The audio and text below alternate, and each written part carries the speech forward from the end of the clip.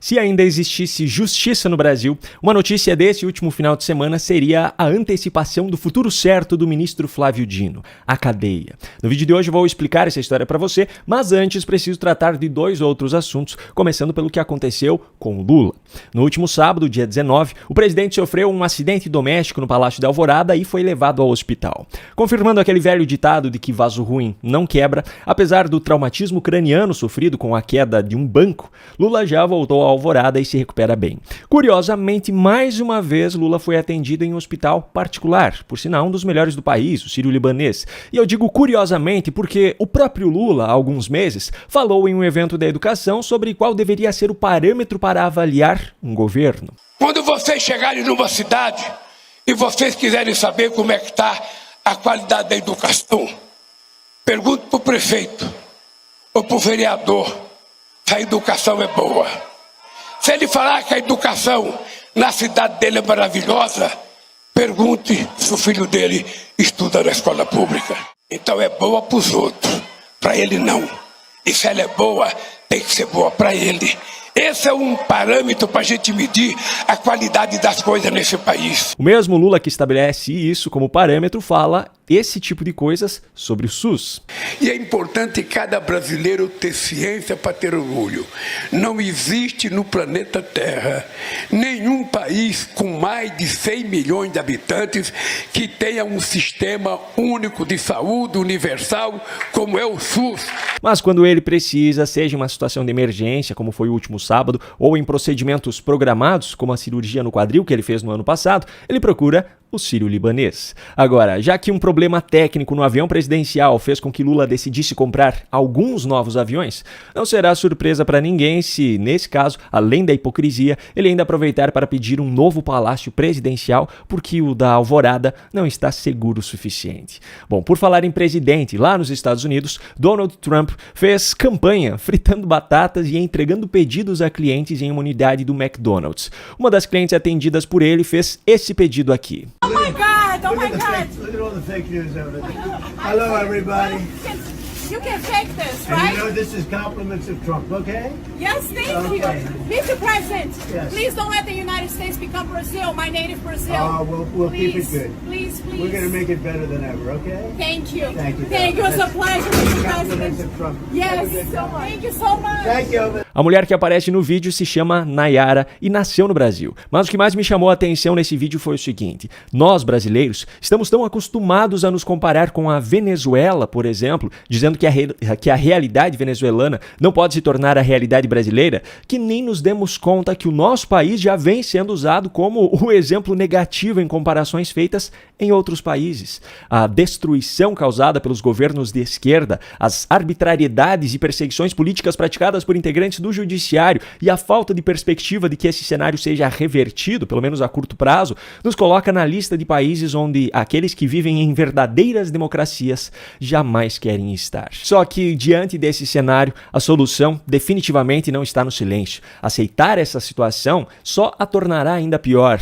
E eu tenho certeza que você frequentemente passa por situações em que militantes de esquerda tentam lhe empurrar as suas narrativas como se fossem a verdade. Pensando nisso, eu criei um material em vídeo chamado 12 estratégias para vencer debates contra militantes de esquerda. São 12 aulas no módulo principal, com 12 estratégias diferentes, 7 delas já presentes no e-book que eu disponibilizei há algum tempo, só que explicadas de maneira mais detalhada nesse curso, e mais 5 estratégias inéditas. Além dessas aulas, você terá acesso também a módulos bônus, como um acervo com vários debates históricos entre candidatos, desde a eleição presidencial de 1989, passando pelas disputas de 94, 2002, 2006, 2010, 2014, 2018 e 2022, e ainda o icônico debate entre candidatos a prefeito de São Paulo, onde aquela cena da cadeirada aconteceu. Todos esses vídeos na íntegra. Também como bônus, você terá acesso a algumas aulas com os principais ensinamentos de livros best-sellers mundiais que ajudarão você a se tornar imbatível contra a militância de esquerda. E que fique claro, isso não se aplica apenas a debates entre políticos, candidatos, em público. Não, vale para aquelas discussões do dia a dia com amigos, colegas de trabalho, familiares, etc.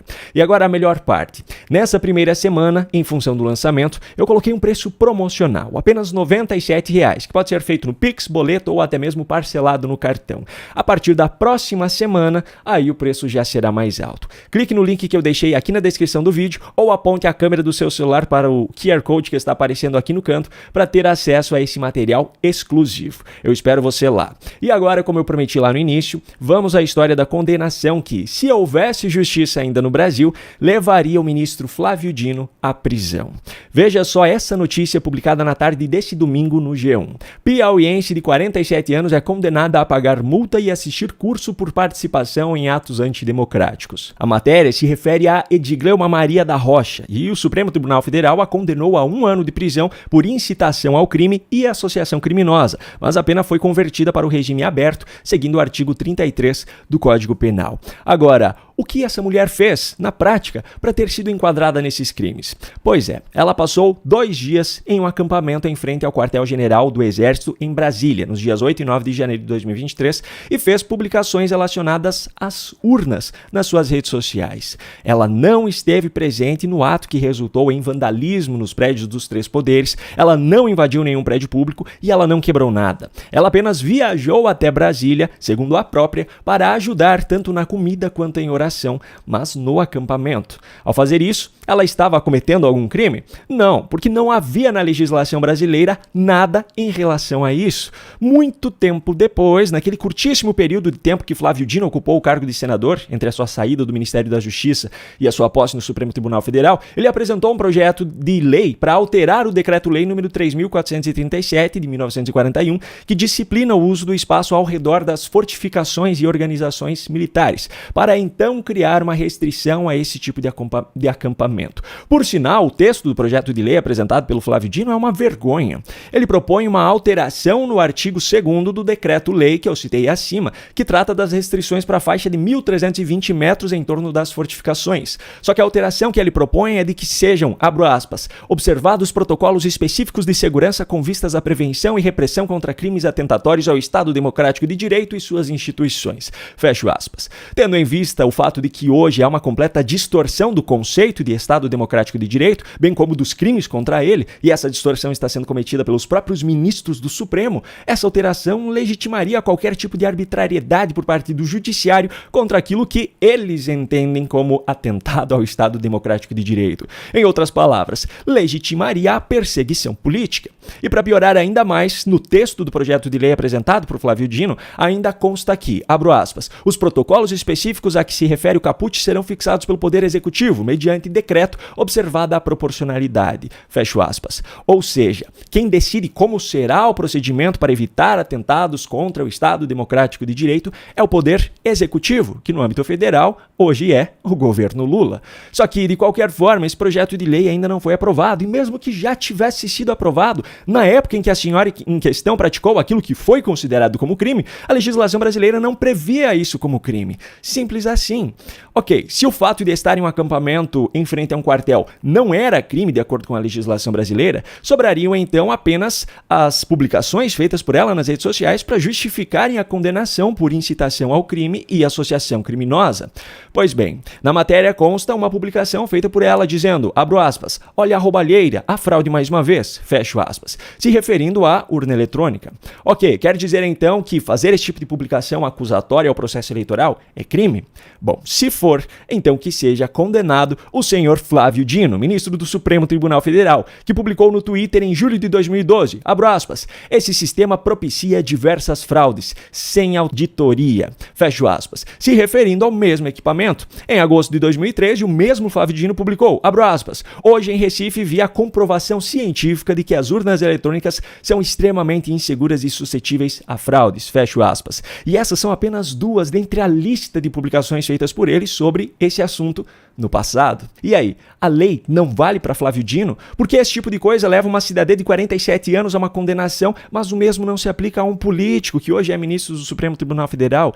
Se existe justiça no Brasil e ela é imparcial como deveria ser, a condenação de Edgleuma não deveria levar Flávio Dino à prisão. Um grande abraço e até a próxima.